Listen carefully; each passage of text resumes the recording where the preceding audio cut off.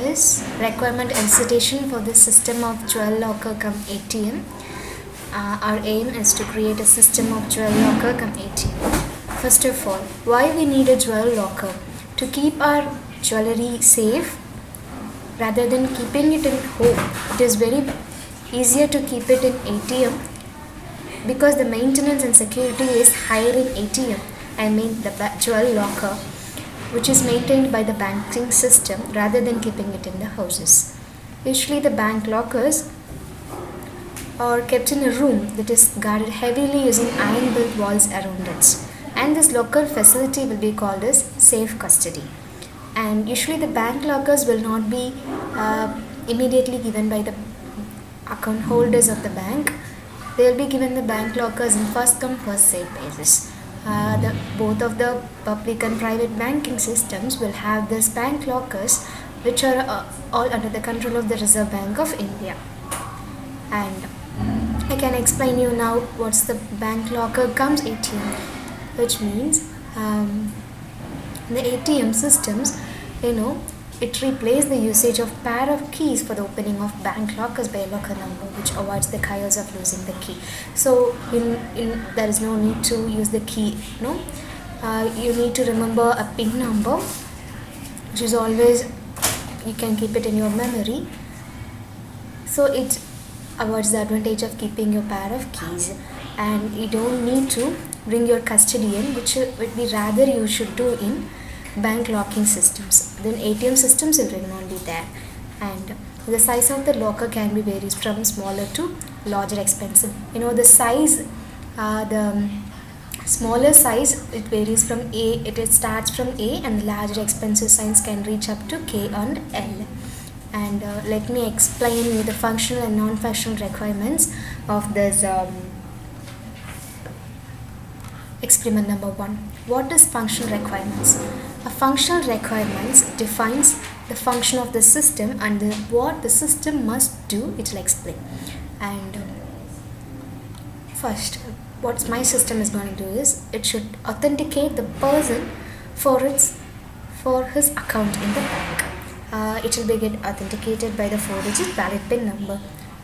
Verification.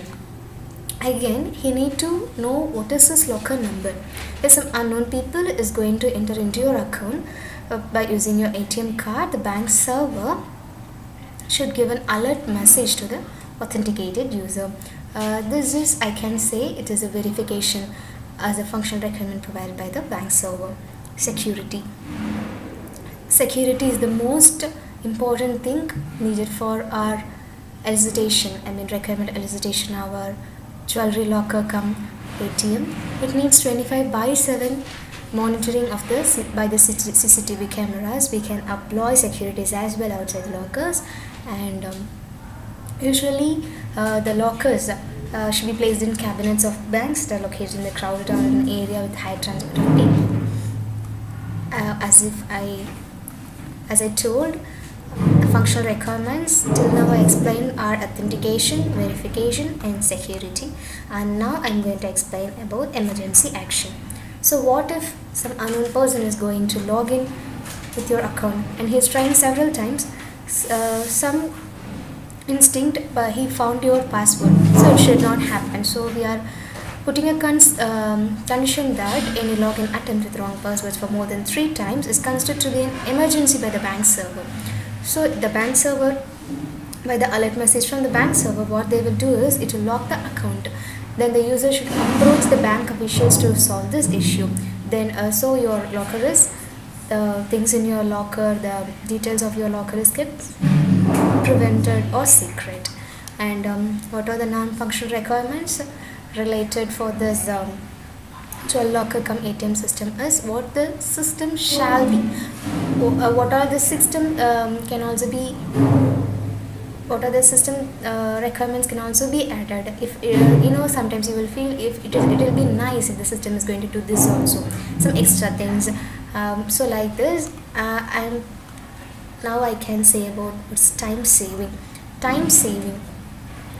We'll be putting so many jewels inside the rack in a jewel locker means if you want to save our time, if you want to take a specific thing from a jewel locker, but our time is so less, we don't need to search the entire thing in the jewel locker. Instead, if we have some racks inside the what you call like jewel locker, the display option must be there to list the jewels along with its position in the locker.